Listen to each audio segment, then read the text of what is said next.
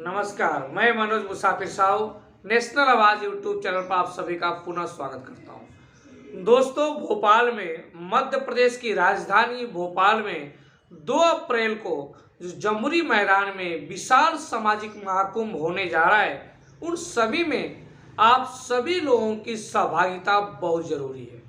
एक ऐसा सामाजिक महाकुंभ है, एक ऐसा सामाजिक रैली है जिस रैली के द्वारा आप मैसेज सिर्फ मध्य प्रदेश नहीं बल्कि पूरे देश में दे सकते हैं। आप दर्शा सकते हैं, बता सकते हैं, दिखा सकते हैं कि हमारी संख्या इतनी ज्यादा है और हमारी राजनीतिक शून्यता इतनी कम है कि हम किसी लायक नहीं हैं।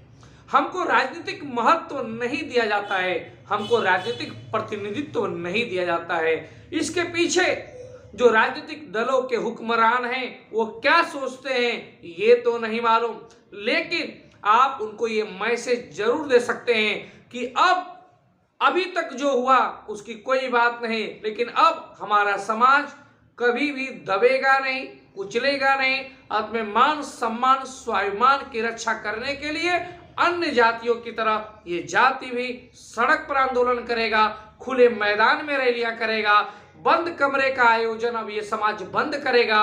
और अब ये समाज राजनीतिक रूप से चेतित हो गया है, जाग गया है। इस वजह से इस रैली की सबसे खूबसूरत बात यह है कि मध्य प्रदेश के अंदर जितने भी संगठन थे, चाहे वो लोकल रहे हों, चाहे प्रदेश स्तर पर रहे हों, चाहे राष्ट्रीय स्तर पर रहे हों, सभी संगठन एक मत से, एक राय से, एक मंच पे आ गए।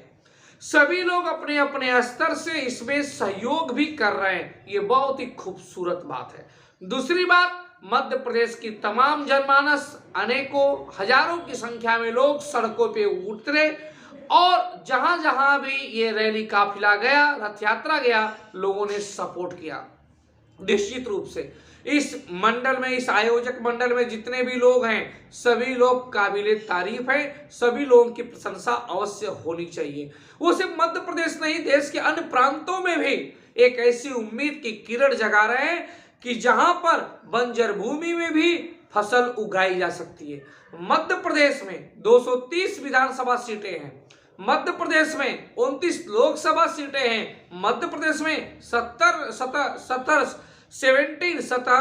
17 नगर निगम हैं, लेकिन ना तो एक भी मेयर है, ना तो एक भी विधायक है, ना तो एक भी सांसद है। भाजपा ने भी पूरी तरह से इसको तिरस्कार किया, कांग्रेस ने भी तिरस्कार किया। भाजपा और कांग्रेस दोनों सामंतवादी दल हैं। इस वजह से इस समाज को हमेशा दोवें आंखें से देखा, कभी भी इसके अंदर अपनापन का व्यवहार नहीं किया, सौतेलापन का व्यवहार किया। वोट ले लेते हैं लेकिन हिस्सेदारी नहीं देते। और उसी सिलसिले में आज ये 2 अप्रैल को जो जमुरी मैदान में सामाजिक महाकुंभ हो रहा है, इसमें सभी लोगों को जाना चाहिए।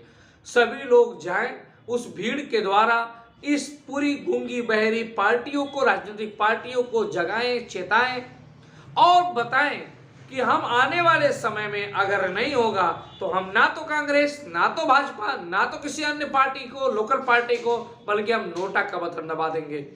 इस आयोजक की 2 और खूबसूरत बातें आपके सामने रख रहा हूं।